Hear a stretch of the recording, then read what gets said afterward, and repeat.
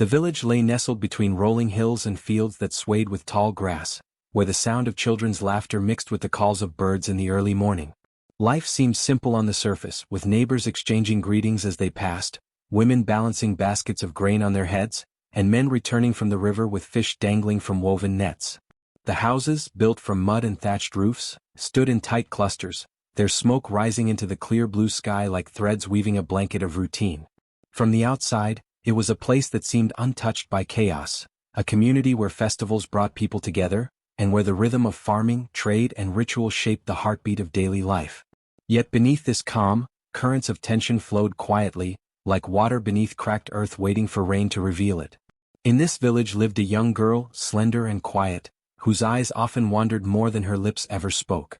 She was no stranger to hard work, rising with the dawn to fetch water from the river, sweep the courtyard, and tend to chores that never seemed to end. While others her age were allowed laughter and play, she was burdened with tasks that kept her bent and weary. Her stepmother's voice was sharp, always ready to scold, and her commands were endless. To outsiders, it may have seemed like the natural order of things, that a child should serve her elders, but those who looked closer noticed the difference in how she was treated. Her step-siblings, when they complained of even the smallest chores, were soothed and comforted, yet she, when she faltered, was met with cruel words or the sting of a switch against her skin. The girl carried herself with quiet endurance, her silence masking the storm within her. She rarely argued, rarely showed her tears where others could see. Instead she watched. She watched the patterns of her stepmother's lies, the way food would sometimes vanish, the way coins were hidden away, the way her stepmother grew restless when certain names were mentioned. She observed more than anyone gave her credit for, and though she was treated as if she were invisible, her mind was sharper than the gossiping tongues of the women at the well. The villagers, for the most part, pretended not to notice the imbalance. It was easier to turn their eyes away, easier to whisper about the girl's meekness than to question the cruelty she endured. "She is too quiet," they would say. "Perhaps she lacks her mother's spirit." But those who were older, those who had known her late mother, spoke differently when hushed voices gathered at night. They remembered a woman full of kindness but also strong-willed, a woman whose sudden death had been spoken of in low tones. Fever, some said. Others shook their heads. A sickness that took her too quickly, leaving her child too young to understand the weight of grief. But the older women, those who had seen too many deaths and knew too many secrets, murmured that her passing was not so simple. There were whispers of herbs that should not have been mixed, of bitter brews that smelled not of healing but of harm, of arguments that had shaken the house only days before her last breath. The young girl, though never told directly, felt the hollowness of these unspoken truths pressing against her every day. She remembered her mother's gentle hands, the way her lullabies softened the edges of nightmares, and then the sudden silence that had followed, a silence filled not with mourning, but with her stepmother's commanding voice. She was too small then to piece together the fragments, but as she grew, the gaps in the story grew too large to ignore. Why had no one spoken of her mother's last night? Why did her stepmother avoid certain questions, her eyes darting away as if afraid to meet the girl's gaze? And why, whenever her mother's name was spoken, did unease crawl into the room like a shadow no one could chase away? The girl carried this heaviness with her as she endured each day. While others might have broken under the constant weight of chores and humiliation, she drew strength from her silence. She learned to move quietly, to endure without complaint, but also to listen to what was left unsaid. She listened to the whispers of the wind against the thatch at night, the groans of the earth after rainfall, the murmurs of villagers when they thought no one else was near. All around her were hints of a truth she did not yet fully grasp, a truth her stepmother guarded with clenched fists and sharp glances. Though the village presented itself as a place of peace and tradition, cracks were there for anyone willing to look closely. Cracks that revealed envy, cruelty, and secrets buried just beneath the surface. And at the heart of it all was this young girl, standing at the edge of childhood and womanhood, carrying with her the mystery of her mother's death and the weight of her stepmother's malice. She was like a flame hidden beneath ashes, suppressed, dimmed, but not extinguished. The day would come when the ashes would be swept away, when her quiet observation would turn into discovery, and when the secrets hidden so carefully would burn hotter than the villagers could ever imagine. By day, the stepmother moved through the village like a woman wrapped in dignity and pride, her head always high, her words carefully measured. She spoke with authority, and her opinions were often sought in disputes or during market exchanges. The villagers nodded when she spoke, some out of respect, others out of fear because there was something about her presence that made people tread carefully. She dressed well for her means, her wrappers always neat, her hair braided tightly, her jewelry modest but well chosen. To those who did not know her home, she appeared as a woman of strength, a widow who had borne hardship yet carved out a place for herself. People often whispered, "She has endured much, she is wise," but wisdom and endurance were only masks she wore. Behind closed doors her true face emerged. Within the walls of her household, where no watchful eyes of neighbors intruded, she ruled with cruelty that left scars too deep for the eye to see. Her stepdaughter bore the brunt of this hidden reign, living under a constant barrage of commands and punishments. The girl could never do enough to please her. If the firewood was gathered, it was said to be too damp. If the courtyard was swept, she pointed out invisible dust. If food was prepared, she accused her of wasting grain. Every effort was met with scorn, every mistake with a sharp tongue or worse. At night, when the girl's knees and back ached from endless tasks, she would lay awake, listening to her stepmother's measured breathing in the next room, wondering how someone who could smile so sweetly in public could wield such bitterness in private. The villagers, though blind in some ways, were not entirely unaware. They noticed the girl's thin frame, the hollow circles beneath her eyes, the way she lingered at the river longer than needed, as though escaping. They noticed, too, the stepmother's growing power in the village. She was always present at meetings, always close to those who held influence. When disputes arose, she spoke with a tongue that bent arguments in her favor. When she looked at someone too long, they often grew uneasy, for her gaze seemed to carry judgment, even condemnation. Some whispered that she knew more than she should, that her knowledge of herbs, of whispers carried through the air, of secrets spoken in shadowed corners, was not merely learned but something darker. Whether this was truth or rumor, it was enough to make people careful with her. Better to stay in her favor than to cross her, better to nod at her words than to become the target of her sharp whispers. Her reputation, however, was not built solely on her tongue. There was something she guarded with an intensity that fueled suspicion. At the back of her hut stood a small structure, half hidden by creeping vines and a leaning fence. Few had seen inside it, and those who dared linger near its door swore they heard faint sounds from within, like the soft clinking of metal or the rustle of cloth when no one was there. Some said she kept charms there, powerful things bound in secrecy. Others claimed she stored tokens of her late rival, the girl's mother, tokens that tied her to whatever fate had taken the woman too soon. More unsettling still was the small, carved box that never left her possession. She carried it wrapped in cloth when she traveled, and at night she kept it tucked close to where she slept. The box was made of dark wood, smoothed by hands long ago, with carvings too faint to read clearly but strange enough to unsettle. No one in the village had ever seen it open. Even her own children knew better than to touch it. When the girl once asked about it in innocence, her stepmother's eyes had flashed with such sudden fury that she never dared mention it again. The fear surrounding her only deepened with time. Though villagers praised her in public, offering polite greetings and pretending to admire her wisdom, behind her back they muttered. They muttered about the strange herbs she sometimes burned, the sharp way she silenced questions about her late husband's first wife, and the way children hushed their play when she passed by. They muttered about how disputes seemed always to tilt in her favor, and how even the elders, men who once commanded great respect, listened carefully when she spoke. But the greatest unease lay in what they could not prove. Some nights, smoke rose from her hut when others slept. Some mornings, the air around her home felt heavy, as though something unseen lingered there. Some claimed to hear her voice speaking when no one was with her, and once or twice, a villager swore they had glimpsed her standing outside beneath the moonlight, whispering toward the locked hut as though addressing someone, or something, inside. The young girl noticed everything, though she spoke of none of it. She saw how her stepmother's cruelty at home contrasted with her reverence in public, how the woman tightened her grip on respectability even as she sharpened her hand of punishment in private. She noticed the way her stepmother's hand always hovered protectively near the box, the way her eyes flickered whenever anyone mentioned her late mother. And though she could not yet piece the whole truth together, she felt the tremor of something dark moving beneath her life, something that tied her suffering to the secrets her stepmother so carefully guarded.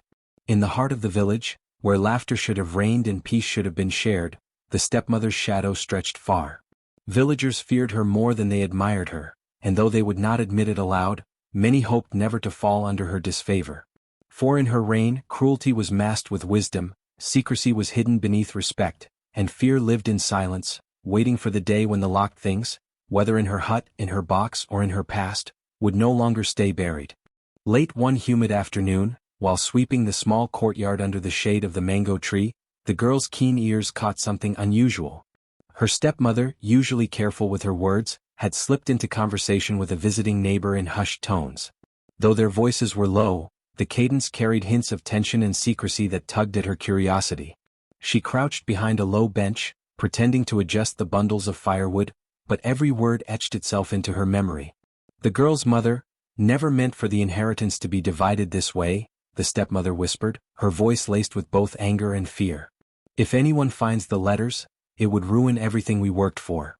The girl's heart skipped. Letters? Inheritance? Something from her mother? She had heard faint stories of her mother, mostly spoken in fragmented sentences by villagers who dared not speak too loudly. She had always assumed her mother's death was an unfortunate illness, a misfortune that left her orphaned. But these fragments hinted at more, something concealed, perhaps stolen, perhaps silenced deliberately.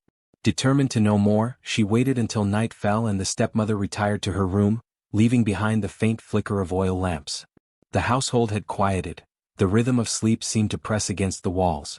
She crept to the edge of the stepmother's quarters, and her small fingers pried open a drawer she had noticed before but had never dared touch. Inside lay a bundle of yellowed papers, tied with a ribbon brittle from age. With trembling hands she unfolded the first sheet. The handwriting was delicate, looping elegantly, unmistakably her mother's. Words of love, guidance, and subtle warnings sprawled across the fragile paper. One line read, "If I am gone before you can know, remember to trust the signs, not the smiles." Another mentioned a hidden ledger that documented injustices, unfair trades, and betrayals that had plagued the family. The girl's pulse quickened. This was not just a personal letter, it was a map to truth, a window into a past deliberately obscured.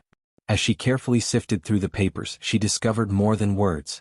Tucked between the letters were tiny tokens, a carved wooden pendant, a faded piece of cloth embroidered with her mother's initials, and a small vial of amber liquid that smelled faintly of herbs. Each item seemed to vibrate with memory, as though carrying fragments of her mother's spirit. She held the pendant close to her chest, feeling a warmth, a silent pulse that told her she was on the right path. The whispers she had overheard were now corroborated by what she held in her hands. Her mother had known of enemies, people who coveted wealth and influence, people who sought to twist the girl's fate. The stepmother, once seeming only cruel and capricious, now revealed herself as part of a much larger web of betrayal. Her kindness in public, her temper behind closed doors, all seemed to be calculated moves to conceal what had been done and what she hoped to continue hiding. Night after night, the girl returned to the drawer, each visit uncovering more fragments. A letter addressed to an unknown friend speaking of threats against her mother's life, notes detailing trades and promises never fulfilled, and sketches marking certain locations in the village where secrets were hidden. Each fragment drew a clearer picture, one of treachery, of manipulation, and of the deliberate silencing of the truth. She began to piece together stories that had long been whispered among the villagers, fragments she had dismissed as hearsay.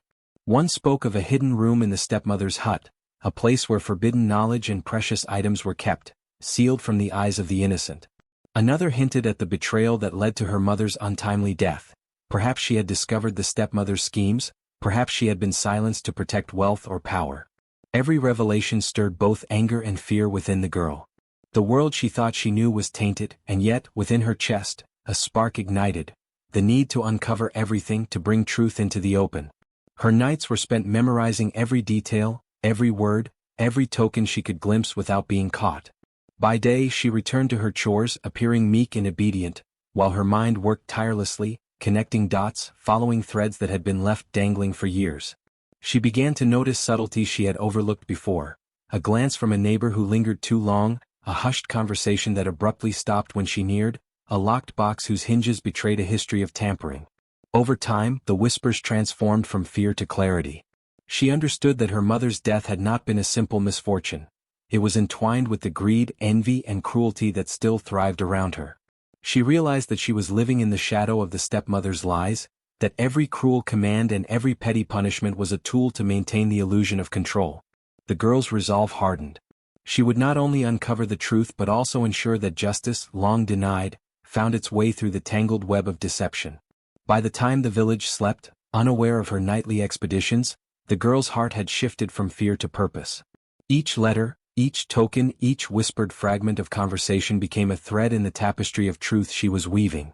She was no longer just the quiet, mistreated child. She was a keeper of secrets, a bearer of revelations, and someone whose determination would soon shake the foundations of deceit surrounding her. Through these whispers of the past, she came to see that her life was not merely one of suffering but of preparation. The cruelty and secrecy around her had unintentionally forged a mind sharp, observant, and resolute. She understood now that the stepmother's hidden acts could no longer remain unchallenged, that the truth would demand recognition, and that she, though young and underestimated, would be the one to bring it forth. Late that night, when the village lay under the heavy cloak of sleep, the girl's mind was restless.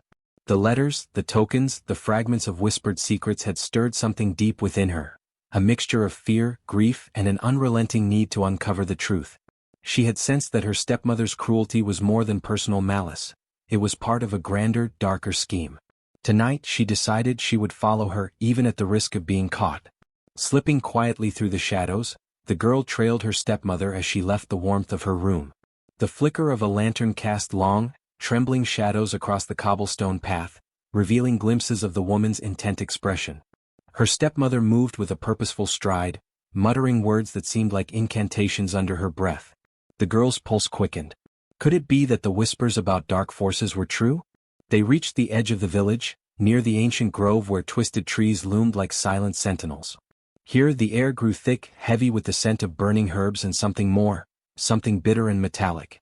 The girl crouched behind a fallen trunk, her eyes straining in the dim light. There in the clearing the stepmother knelt before a small altar, candles flickering, smoke curling in spirals that seemed to pulse with life. On the altar lay a chest, small but ornately carved, its surface etched with symbols the girl did not recognize. Her stepmother opened it reverently, revealing items that made her blood run cold. Dried herbs bundled in strange knots, bones small and sharp, and documents that detailed contracts, deals with forces beyond human understanding. Among them she found a list of names including her mother's with marks beside them that suggested payments, punishments, and intentions. The girl's breath caught. The letters she had found earlier were only fragments. This chest revealed the full extent of the stepmother's treachery. Her mother's death had not been a mere accident or illness. It had been orchestrated, a deliberate silencing designed to claim power, wealth, and control over the family. The documents hinted that her stepmother had struck a deal with entities that thrived on fear and suffering, exchanging her mother's life for influence and protection. Her hands trembled, partly from fear, partly from rage. Every detail confirmed what she had begun to suspect. The stepmother's cruelty, the whispered threats, the locked rooms and hidden drawers, all had been mechanisms to maintain her dark bargains. The girl felt the weight of centuries-old malice pressing against her chest, but alongside it, a fierce clarity emerged. She now understood the depth of the injustice that had been committed, and the magnitude of the task that lay ahead. As she watched, the stepmother began a ritual of chant and movement, the words rolling off her tongue with practiced precision. Shadows in the grove seemed to twist and respond, forming shapes that danced along the edge of the firelight. The girl shivered, recognizing the power of the magic being wielded. It was precise, dangerous, and malevolent. Her stepmother's eyes gleamed with satisfaction, completely unaware of the girl hiding in the darkness, witnessing the culmination of years of cruelty and secret deals. The chest, the documents, the bones, the herbs, all spoke of intention, of calculated malevolence. The girl realized that her mother's death had been a warning to anyone who might oppose the stepmother.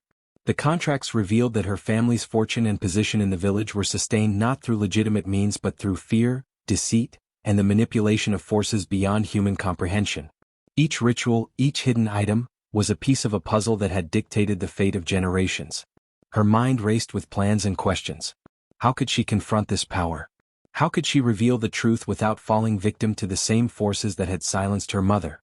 The chest offered evidence, but it also posed danger. One wrong move could trigger a curse or attract the stepmother's wrath. Yet, the girl felt an unyielding determination harden within her. She had inherited not only the burdens of her mother's life but also the mantle of justice that had been denied.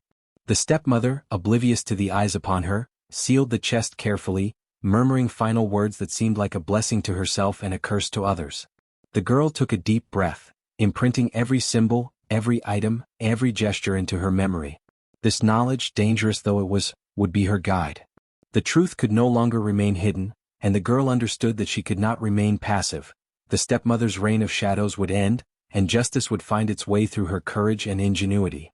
As the first hints of dawn touched the sky, the girl retreated into the safety of shadows, carrying not the chest, but the knowledge it contained. She had discovered the forbidden, witnessed the unholy, and understood the full extent of her stepmother's betrayal. The village she had once thought familiar now seemed cloaked in menace, each face potentially hiding complicity or fear. Yet she also felt the stirrings of power, a quiet, growing sense that the forces of injustice could be countered, that the truth had allies even if unseen. By the time she returned to her room, the ritual had ended, and the stepmother had vanished into the house as if nothing had occurred. But the girl's perspective had shifted irreversibly. No longer just a quiet observer, she had become a keeper of dangerous truths, a silent witness to the forces that had manipulated her life and destroyed her mother. With this forbidden discovery, she now held the keys to unraveling lies, exposing guilt, and preparing for the reckoning that would inevitably come. Night had fallen, yet the village seemed awake in a different, trembling way, a quiet murmur of unease as if the very air sensed the storm about to break. The girl, clutching the fragments of knowledge she had gathered from the hidden chest, felt her heartbeat echo with purpose. Every whispered word, every concealed secret, had led her to this moment. She could no longer remain silent. The lies, the manipulations, and the dark deeds of her stepmother had festered long enough, poisoning the village from within. Tonight, the truth would burn, and the flames of revelation would consume deceit. She began quietly moving through the village streets, where the faint flicker of lanterns revealed curious faces. Some villagers noticed her cautious steps and watched with idle suspicion, others with faint anticipation, as though sensing the culmination of years of hidden tension. She carried no weapons, no ceremonial artifacts, only the weight of truth, carefully pieced together, and the fire of determination that had been kindled within her. Gathering the village in the central square was easier than she expected. Her presence alone commanded attention. The quiet girl, long seen as powerless, now walked with a purpose that radiated authority. The stepmother, sensing disturbance, emerged from her home, her facade of respectability flickering under the first shadows of doubt. The villagers, too, began to murmur among themselves, a mix of curiosity, fear, and the lingering guilt of complicity. The girl started with small truths, recounting minor incidents that had always seemed odd but had gone unnoticed. She described her mother's death, the subtle manipulations of her stepmother, the strange rituals witnessed, and the secret deals that had dictated village life. The crowd listened, at first with skepticism, but as she laid out the evidence she had collected, letters, tokens, and details of the rituals, disbelief turned to horror. Each revelation struck like a thunderclap, cracking the foundations of long-held respect and fear. Eyes that had once revered the stepmother now widened in recognition. Murmurs turned to gasps. Whispers of "so it was true" spread like wildfire. The villagers' faces reflected the growing realization that their admiration had been misplaced, that their obedience and fear had been cultivated to mask cruelty and corruption. The girl, her voice steady despite the tension, revealed the contracts, the rituals, and the betrayal that had cost her mother's life. The stepmother's composure faltered as the accusations landed with precision. Her public persona crumbled in the harsh light of truth. She stammered, attempted to weave denials and pointed fingers, but each defense only further exposed her duplicity. The villagers began to see the pattern of manipulation, how their own fears had been turned against them, how silence had been used to control their perceptions, and how the power she wielded had been illegitimate, nurtured in the shadows rather than earned by merit or respect. Rage began to simmer in the hearts of those who had been deceived, mingling with fear. The villagers who had once followed her stepmother blindly now struggled to reconcile the woman they had trusted with the monster she truly was. Mothers clutched their children, men shifted uneasily, and the elders who had previously dismissed the girl's insights, now leaned forward, trembling as the depth of the betrayal became undeniable. The girl's calm presence intensified the effect. Every detail she recounted was precise, deliberate, and undeniable. The hidden chest, the ritual items, the secret contracts, all pieces of a puzzle that now formed a horrifying picture of exploitation, greed, and malevolence. The villagers' anger was no longer abstract. It was directed, focused, and potent.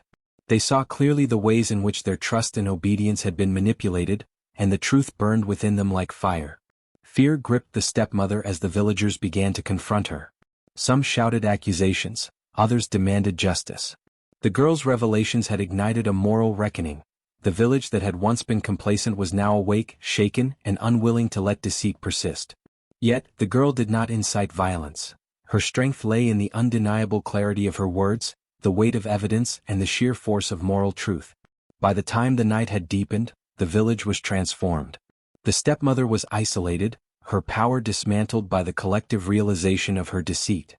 No longer could she command respect through fear or manipulation. The girl had illuminated the darkness, showing everyone the full measure of the hidden sins that had governed their lives.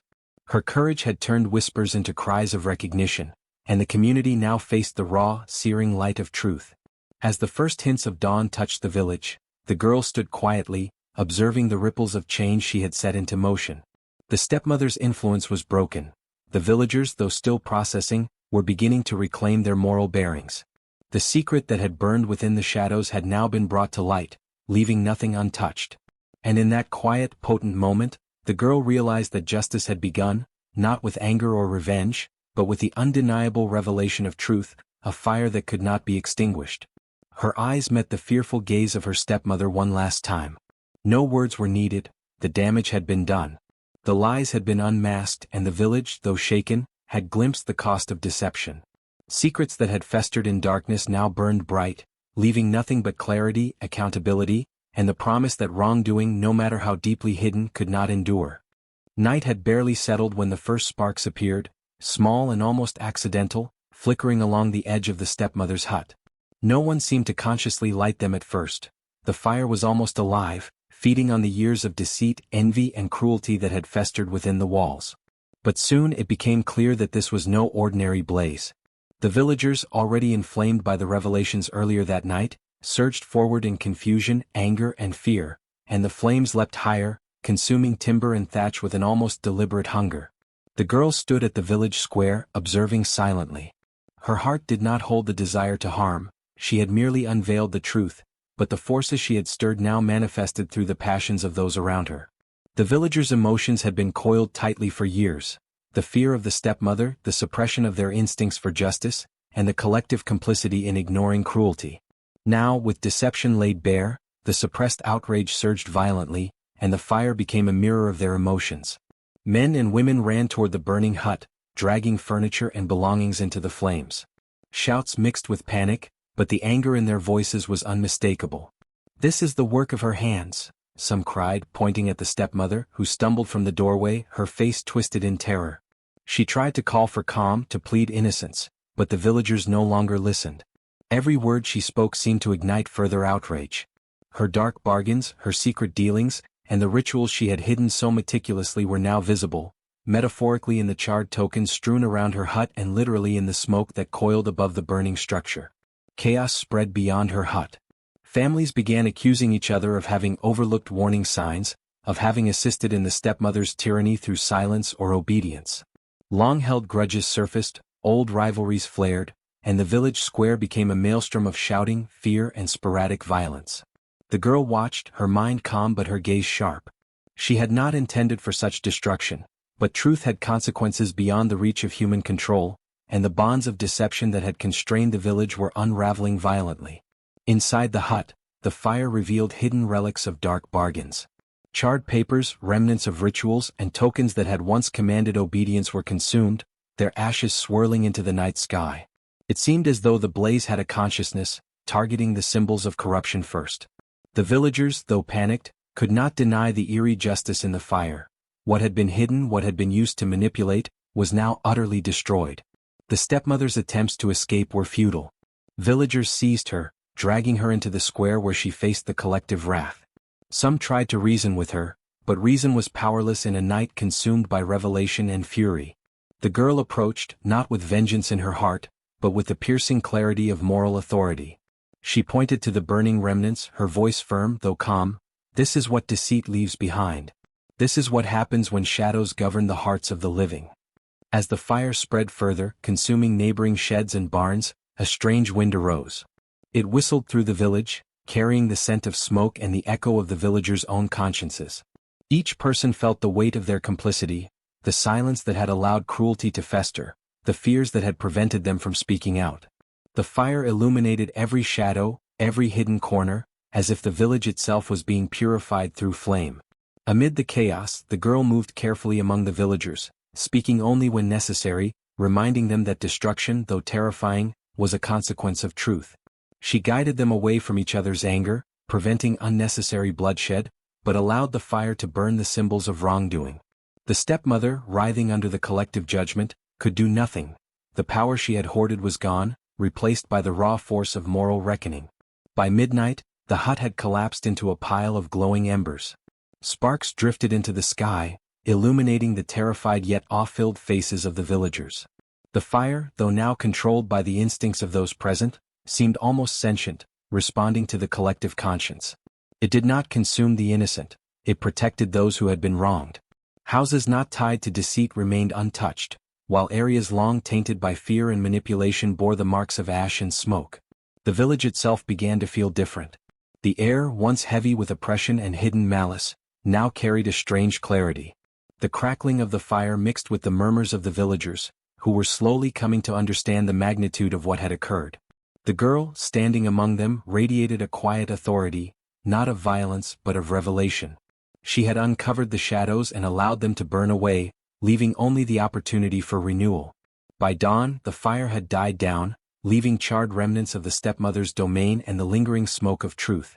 The villagers, exhausted and humbled, began to pick through the ruins, not merely to reclaim what remained of their homes, but to face what remained within themselves. They had witnessed the consequence of deceit and cruelty firsthand, and the girl's presence reminded them that justice could emerge from the quietest heart, even without bloodshed. The stepmother, broken and powerless, was cast out, her dark bargains reduced to ash. And in the silence that followed, the girl understood that the village had learned a lesson written not only in charred wood and smoke, but in conscience itself. The fire had burned more than a hut. It had burned away fear, complicity, and false reverence, leaving a village forever altered, awake to the truth, and forever mindful of the girl who had dared to expose secrets that burned. The girl stumbled through the smoke, her lungs burning and her skin scorched by the heat of the fire that had consumed her stepmother's hut. Yet, with every step, a strange clarity settled over her. The chaos behind her, the screaming villagers, the collapsing hut, and the frenzy of smoke and sparks, was no longer her concern. She had survived what many thought would be her undoing, and in that survival she discovered a strength she had never known existed. The night air was heavy with ash, carrying the bitter scent of charred wood and the remnants of betrayal. Her feet pressed into the soft earth outside the village, grounding her in the reality of survival. She glanced back once toward the ruins that had been the epicenter of deceit and cruelty, and felt no fear. Instead, she felt a profound understanding of the world around her, that evil could rise, but it could also be extinguished, and that the consequences of darkness were often heavier than any human might anticipate. Every breath she drew seemed to fill her with new energy. The fire had not only destroyed the symbols of deception, it had cleared the air for truth to flourish. She realized that in escaping the flames she had crossed an invisible threshold. She was no longer merely a girl subjected to the whims of others, but a force in her own right, shaped by hardship, guided by clarity, and emboldened by the revelation of what had been hidden for too long. As she moved further from the village, the night seemed to respond to her presence. The wind shifted gently as if offering a quiet blessing, and the distant stars shone with an unusual intensity, lighting her path. The world outside the village was no longer unfamiliar or frightening. It was a space of possibilities, where she could redefine herself free from the shadows that had plagued her life. The ashes of the burned hut became a metaphorical foundation. Out of destruction, a new beginning arose. Memories of the stepmother's cruelty flickered through her mind like the remnants of fire. The whispers, the hidden threats, the manipulations, all were gone, consumed by the flames. And with them vanished the fear that had once held her back. She understood now that the power to move forward had been within her all along, only waiting for the right moment to manifest. The ordeal had tested her endurance, her patience, and her heart, and she emerged not broken, but refined and sharpened like steel forged in fire.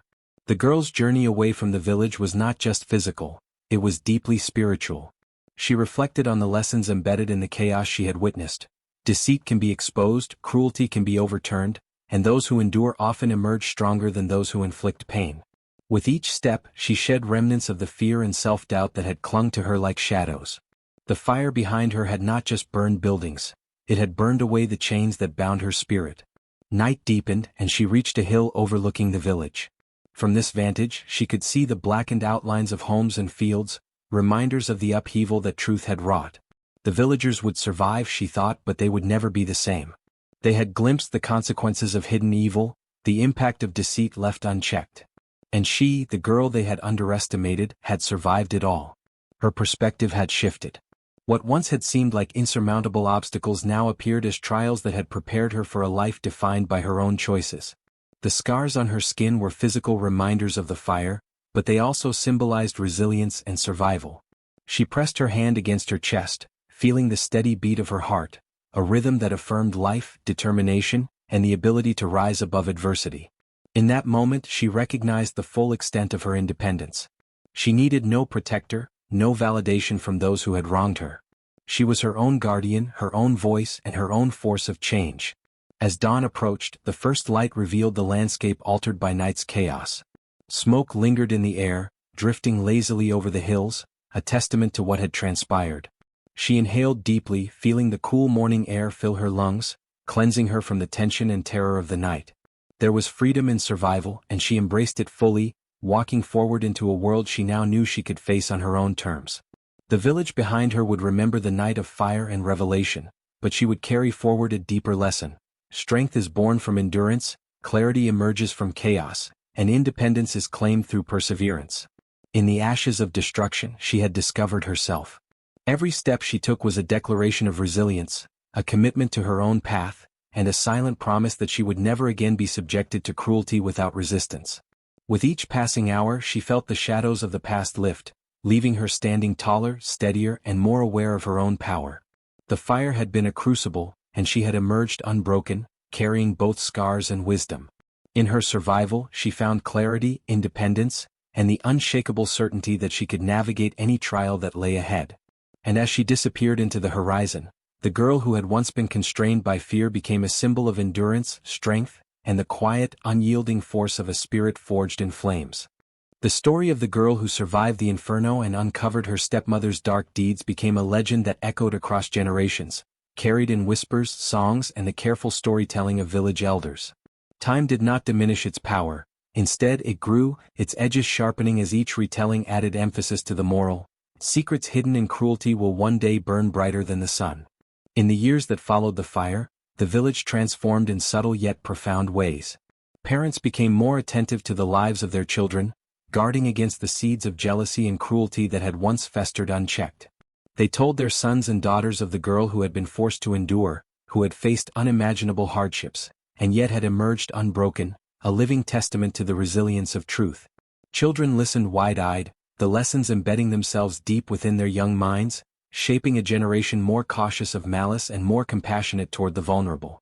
The girl herself became a symbol, not just of survival but of justice and clarity. Though she had disappeared into the wider world after the fire, her presence lingered like an invisible guardian over the village.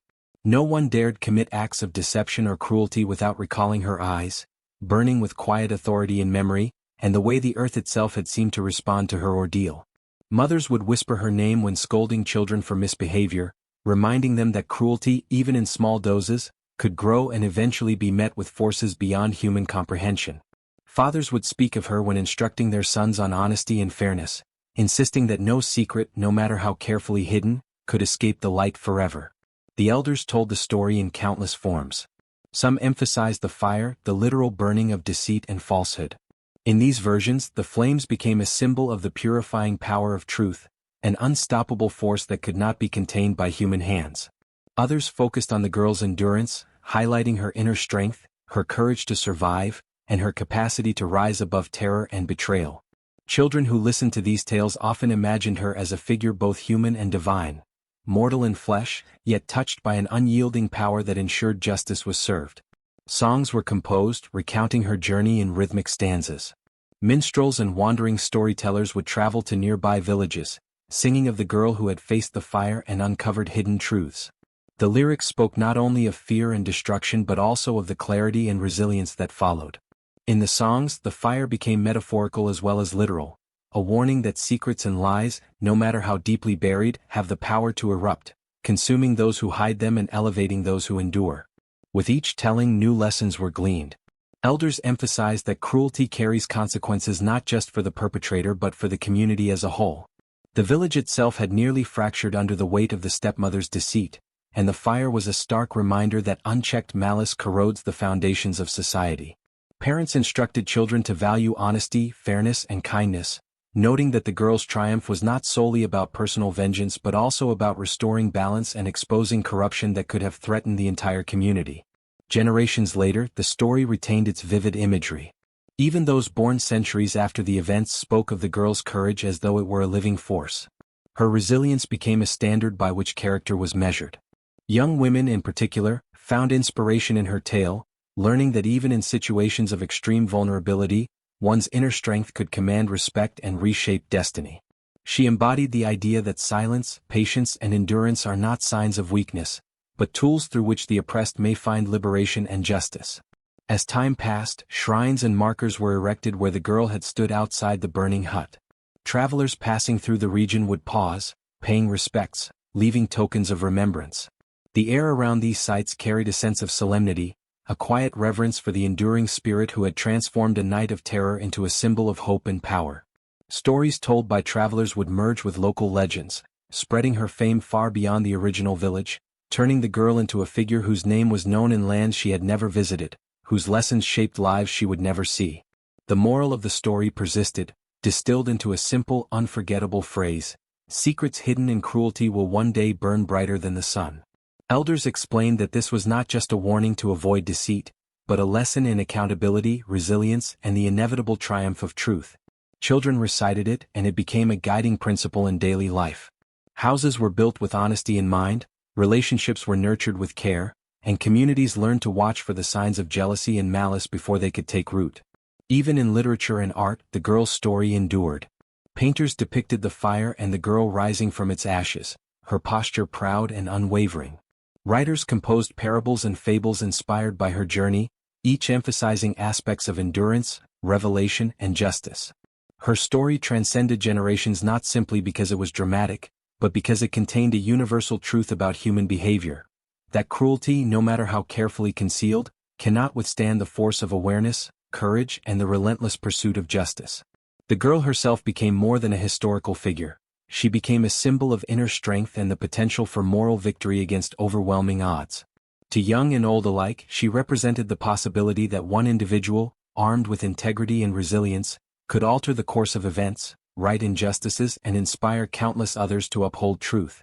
Her story, preserved through oral tradition, songs, art, and teachings, became a living testament to the power of endurance and the consequences of cruelty.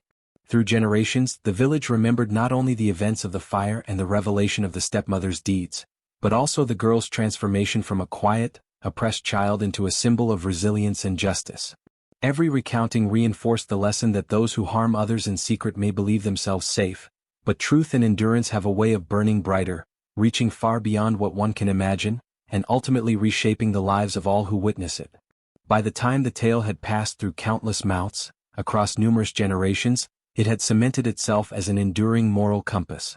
It was not merely a story of destruction or revenge, but a story of awakening, of strength born from suffering, and of justice that could not be denied. Parents, teachers, and elders ensured that every child knew her name and understood her legacy, instilling in them a profound awareness that cruelty hidden in secrecy is never beyond the reach of truth, and that courage, patience, and resilience can transform even the darkest circumstances into light that cannot be extinguished. Her legend therefore endured, a timeless reminder that innocence, when met with cruelty, may rise stronger than ever, and that the force of truth, once unleashed, burns brighter than the sun, leaving lessons for all who would listen, watch, and remember.